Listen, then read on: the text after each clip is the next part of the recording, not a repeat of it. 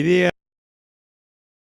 de la charla esta es hablar un poquito de lo que es la optimización del tratamiento en melanoma metastásico, ¿sí?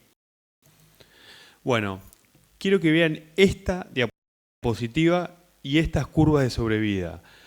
Hasta hace no mucho tiempo, hasta hace 10 años, inclusive cuando yo empecé la residencia, los pacientes con un melanoma metastásico, la mitad de los pacientes se morían a los 6 meses. Y al año había solamente un paciente de cada 4 vivos con un melanoma metastásico. Creo que este dato, para empezar la charla, es fundamental para entender cómo la inmunoterapia revolucionó literalmente el paradigma del tratamiento y la evolución de esta enfermedad. O sea que realmente era la de piedra para nosotros. Y no solamente por lo que vamos a ver ahora, sino que la inmunoterapia también cambia el paradigma, ¿sí?, de cómo nosotros los oncólogos también vemos a las respuestas de los pacientes, a la evolución de los pacientes y a cómo evolucionan estas enfermedades en el contexto de estos tratamientos. Cuando hablamos de inmunoterapia en melanoma, vamos a hablar de estas moléculas. Los anti-PD1, y acá no sé por qué lo tenía, perdón, ¿puedo volver a la previa? Me faltó los anti-CTLA4, que es el ipilimumab, los anti-PD1, que es pembrolizumab y nivolumab, y después tenemos la combinación de anti-PD1 con otra cosa, que puede ser anti-PD1 con ipilimumab, con relatlimab, con inhibidores de BRAF y MEK, que son para los pacientes que tienen una mutación puntual de BRAF en melanoma, que son más o menos el 50% de los melanomas. Pero la base del tratamiento hoy en día en melanoma está en los anti-PD1, ¿sí?, en inmunoterapia. Este es un poquito el gráfico que ya puso Belén, así que no los voy a repetir tanto, pero sí veamos que en este ciclo inmunogénico tumoral, ¿sí?, desde lo que es la liberación antigénica hasta la muerte celular por la respuesta inmune, se liberan un montón, ¿sí?, y juegan su rol un montón de sustancias estimulatorias inhibitorias. Hoy en día solamente estamos inhibiendo PDL1 o PDL2, LAG3 y anti-CTLA4. Estamos en la punta del iceberg de lo que creo yo que en un futuro van a venir muchísimas más moléculas y muchísima evolución en lo que es el tratamiento de inmunoterapia. Como les dije recién, también la inmunoterapia nos mostró un cambio en los criterios de respuesta. Y esto también es un cambio en paradigma a nosotros los oncólogos, que éramos muy lineales, que veíamos un paciente con un tumor metastásico que hacía tratamiento y era muy simple. El tumor se mantenía igual, se achicaba o progresaba, ¿sí? La inmunoterapia cambia un poquito este paradigma y empezamos a ver cosas distintas. Empezamos a ver que sí, que algunos pacientes después de hacer tratamiento les mejoraba y se les achicaba la enfermedad, pero que otros pacientes por ahí empezaban el tratamiento y se les aumentaba un poquito el tamaño de la enfermedad, dentro de la enfermedad estable, después se mantenía estable, disminuía un poquitito, pero había otros pacientes que después de empezar inmunoterapia progresaba la enfermedad, incluso progresaba por criterios RECIST. Pero al tiempo la enfermedad empezaba a disminuir y esto también cambió un poquito el paradigma de cómo vemos nosotros lo que es la respuesta con la inmunoterapia. O sea que acá, y cuando hacemos inmunoterapia, los tumores responden justamente por nuestra respuesta inmunitaria y deja de ser un agente externo lo que haga que responda al tumor, ¿sí? Esto de acá son los datos de ipilimumab. Esta es la primera medicación de inmunoterapia aprobada en el año 2011. Estos son los resultados de los estudios fase 2, fase 3 y acceso expandido, casi 5.000 pacientes. con curvas de sobrevida global a 3 años de 20%, ¿sí? Para pacientes que eran politratados. Acá había un subgrupo de pacientes que habían sido tratados en primera línea. En ese subgrupo de pacientes, la sobrevida global a 5 años era del 25%.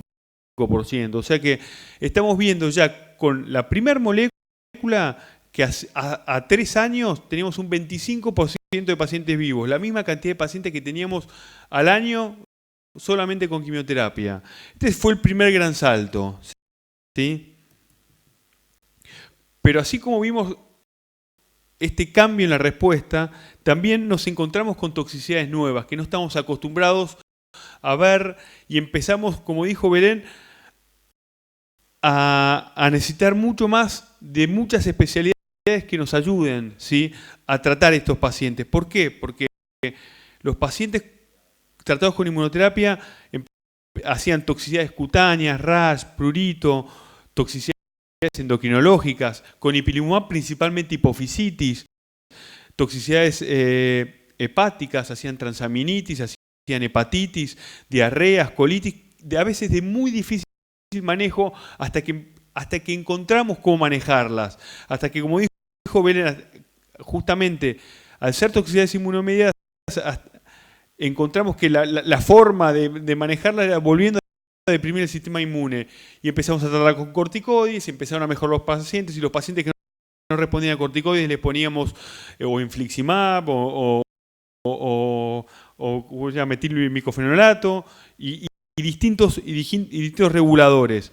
Entonces, también empezamos a ver que muchas toxicidades persistían en el tiempo. Por ejemplo, los pacientes tenían hipofisitis y había que reemplazarlos ya sea con hormonas tiroides o con estrógenos, y esto persistía en el tiempo, ¿tá? Entonces cambió mucho la forma en la que veíamos la forma en la que tratamos en todo sentido a estos pacientes. Después del ipilimumab llegan los anti-PD1, que son 2 drogas principalmente para melanoma. Pembrolizumab, este es uno de los estudios más importantes, que es el KEYNOTE-006, que es el estudio que hace pembrolizumab en primera línea y lo compara contra el ipilimumab, que era la molécula que habíamos visto recientemente, ¿sí? Y miren los datos que tenemos ya a 84 meses, ¿sí? O sea, a 84 meses de los pacientes tratados con pembrolizumab, tenemos prácticamente casi un 40% de pacientes vivos, ¿sí?, contra el 25% del ipilimumab. Y la sobrevida libre de progresión es de 24% para pembrolizumab, ¿sí?, y de 14% para ipilimumab. ¿Qué significa eso? Que 1 de cada 4 pacientes tratados con pembrolizumab no requirió ningún otro tratamiento después de esta medicación. Y son pacientes, o sea, que respondieron a su tratamiento o quedaron con enfermedad estable y nunca más requirieron tratamiento, ¿sí? Y que prácticamente 4 de cada 10 pacientes van a estar vivos a 7 años. Es un número impensado para nosotros hace unos años, ¿sí? Y no solamente vimos esto, sino que esto es uno de los datos más jugosos de estas moléculas. Es que los pacientes que responden, ¿sí?, los pacientes que responden, que hacen respuesta completa, que es lo que les mostró Luciano hace un ratito, a los que les aparece la enfermedad por la medicación, lo hacen a lo largo del tiempo. Casi 9 de cada 10 pacientes tratados con anti-PD1, ¿sí?, que hacen respuesta completa a lo largo del tiempo, inclusive 84 meses, nunca más van a volver a recaer, ¿sí? Y casi 2/3 de los pacientes que hacen respuesta parcial tampoco lo hacen. Y más o menos 1/3 de los que hacen enfermedad estable, que son los pacientes que después de los 2 años de tratamiento la enfermedad no progresa, pero tampoco, ¿cómo se llama? Pero tampoco decrece, ¿sí?, no disminuye el volumen, va a requerir otro tratamiento. Estos de acá también son los datos de esta misma molécula. ¿Por qué lo pongo? Porque inicialmente los pacientes con melanoma los tratábamos hasta que la enfermedad progresaba. Cuando empezamos a ver estos datos de que los pacientes que respondían y que se suspendían el tratamiento seguían en respuesta, se empezó a plantear hasta cuándo vamos a tratar a estos pacientes? Entonces, este es el primer estudio que muestra que, o sea, que los trata por 2 años a los pacientes. Y después de 2 años, suspendido la medicación, los pacientes, después de 2 años que han suspendido la medicación, el 70% sigue libre de enfermedad. Y el 93% de los pacientes sigue vivo. Entonces, realmente, no importa si lo tratamos por 2 años, los pacientes que hacen inmunoterapia, o hasta progresión, los pacientes que hacen inmunoterapia y responden, como le decimos a los pacientes en el consultorio cuando vemos las respuestas, bueno, hoy descorchen porque es un síntoma de que las cosas van a ir muy bien. Estos son los datos de la otra molécula de anti-PD1, que es el nivolumab, ese es el Checkmate 066. Son datos a 5 años, seguimientos un poco más cortos. A diferencia del estudio anterior, no está comparado con ipilimumab, porque este es un estudio que empieza a correr casi en paralelo con el de ipilimumab, cuando todavía no estaban los datos del otro. Entonces se comparó contra lo que era el estándar en ese momento, que era la quimioterapia. Y muestra datos muy similares a los que tenemos con pembrolizumab. Vemos una sobrevida global a 5 años de 39%. Era 40% con pembrolizumab. Básicamente son curvas calcadas. Y vemos una sobrevida libre de progresión a 5 años de 28%, casi también calcado con pembrolizumab. O sea, es indistinto dar una u otra medicación, ¿sí? No por último, pero este es el estudio, que es el Checkmate 067, es un estudio de 3 ramas, ¿sí? Que pone la rama de ipilimumab como rama comparadora, ¿sí? Porque este estudio también es un estudio que sale en paralelo con los estudios previos. Es un estudio que ya tiene un seguimiento muy largo y sale casi en paralelo con lo que es el nivolumab y el ipilimumab. Y tiene una rama de ipilimumab y 2 ramas, una que hace nivolumab solo y otra nivolumab con ipilimumab. ¿Por qué digo esto? Porque es un estudio que en el diseño del estudio se diseñó para comparar tanto la rama 1, que es nivolumab con ipilimumab contra ipilimumab, y la rama 2 contra ipilimumab. No está diseñado para comparar anti-PD1 contra anti-PD1 anti-CTLA4. Por eso, cuando hablamos de diferencias entre uno y otro, van a ser más que nada numéricas, pero sí ampliamente los dos son superiores a nivolumab. De este estudio ya tenemos un seguimiento a 90 meses. 90 meses de seguimiento en oncología, salvo creo que cáncer de mama, receptores hormonales, no existe prácticamente. Prácticamente no existe, ¿sí? A 90 meses tenemos una sobrevida global de casi 50% o 48% con nivolumab e ipilimumab. O sea, que 1 de cada 2 pacientes van a estar vivos a los 2 meses tratados con esta combinación, ¿sí? Recuerden que la mediana de sobrevida global era 6 meses con quimioterapia, ¿sí? Y 40% van a estar vivos solamente con anti-PD1 y un 20% más o menos con ipilimumab. El segundo gráfico es justamente hay un seguimiento a tan largo plazo que ya se plantea la sobrevida en melanoma específico. Y la sobrevida global melanoma específico, o sea, los pacientes que no han muerto por otra causa, es inclusive mejor, lógicamente, es de 55% para la combinación, de 47% para anti-PD1 y de 26% para ipilimumab. Y la sobrevida libre de progresión, o sea, de los pacientes que no han progresado a la primera línea de tratamiento, es de 33% para la combinación, es de 27% para el nivolumab solo, ¿sí? Y es de 7% para ipilimumab. O sea que 1 de cada 3 pacientes a 90 meses después de haber hecho esta combinación de tratamiento no requirió nunca más hacer ningún tratamiento, ¿sí? Entonces realmente son cambios estrepitosos en melanoma, ¿sí?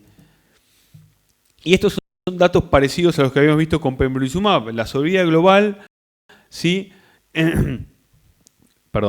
La sobrevida global en los pacientes respondedores, ¿sí? Los que hacen respuesta completa, respuesta parcial o enfermedad estable, es muy similar a lo que habíamos visto con pembrolizumab. O sea, independientemente con qué lo tratamos de inmunoterapia, el paciente que hace respuesta completa, más o menos 9 de cada 10 mantiene esa respuesta en el tiempo. El paciente que hace respuesta parcial, más o menos 2 de cada 3 van a mantener esa respuesta en el tiempo, y casi en solubilidad global como en solubilidad libre de progresión. Esto es un dato de color, porque cuando uno habla de melanoma, sabemos que la gran mayoría de los melanomas son cutáneos, ¿sí? Pero hay cerca de un 15% de melanomas que son de mucosas, que son una entidad dentro de los melanomas distinta, ¿sí? Con inmunogenicidad menor que los melanomas cutáneos, lógicamente, porque tienen menor exposición solar, ¿sí? Pero son enfermedades que también responden a la inmunoterapia, si bien no tanto como es melanoma cutáneo, sí tienen excelentes respuestas a ¿cómo se llama?, la inmunoterapia y excelentes seguimientos a largo plazo. Los melanomas mucosos en general suelen ser bastante más agresivos que los cutáneos, y así todo, con la combinación de nivolumab vemos que ipilimumab, vemos que un 36% de pacientes con melanoma de mucosa está vivo, ¿sí?, a 5 años, ¿sí? Y miren la curva de abajo, que es la de ipilimumab, que es 7%. La realidad es que la sobrevida global, si para un melanoma la mediana de sobrevida global está en los 6 meses, para los melanomas de mucosa metastásicos está cerca de los 4 meses, ¿sí? Entonces, inclusive en escenarios complicados como es melanoma de mucosas, mostró una mejoría. Perdón que no puedo pasarla. Ahí está. Y no solo en melanoma de mucosa, sino en los pacientes con metástasis cerebrales. Todos sabemos que los melanomas son una de las patologías que más frecuentemente hace metástasis cerebrales, ¿sí?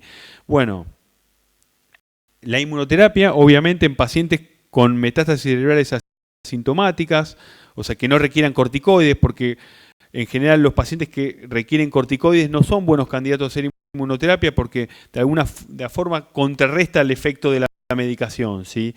Los pacientes con metástasis cerebrales tienen casi la misma respuesta que los pacientes que no tienen metástasis cerebrales. Hacen respuestas intracraneales cercanas al 60-50% con la combinación de ipilimumab y nivolumab, ¿tá? Y tienen la misma curva de sobrevida y los mismos índices de recaída.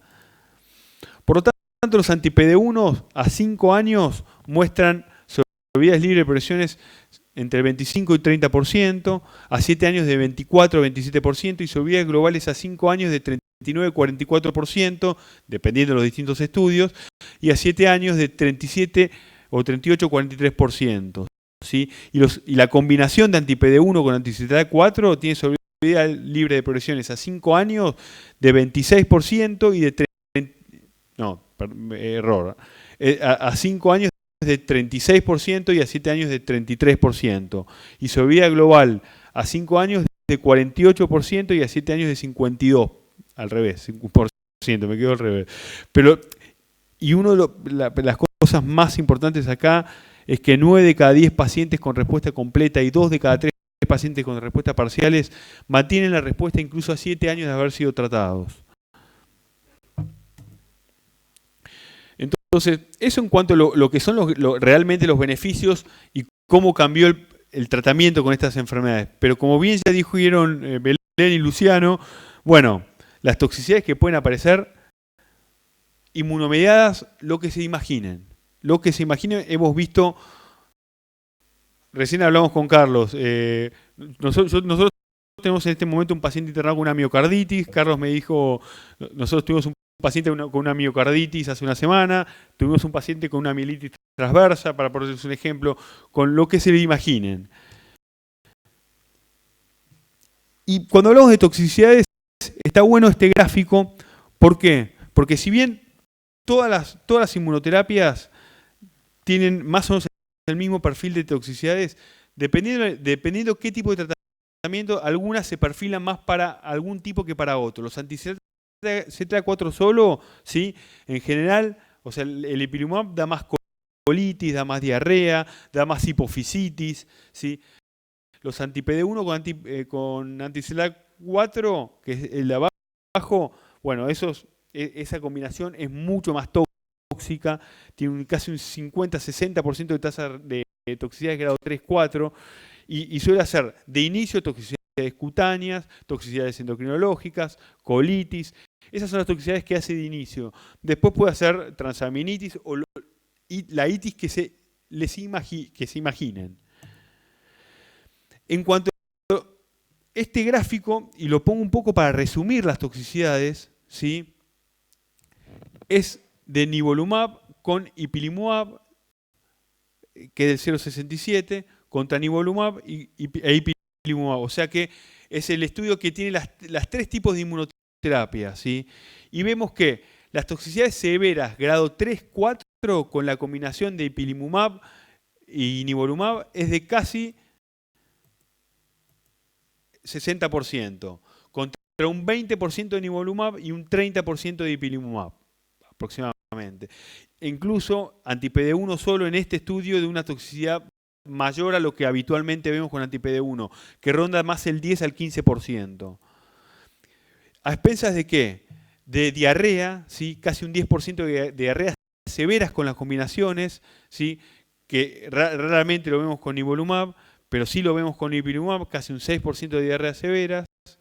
A expensas de colitis, 8% de colitis contra 1% con anti-PD1 solo, ¿sí?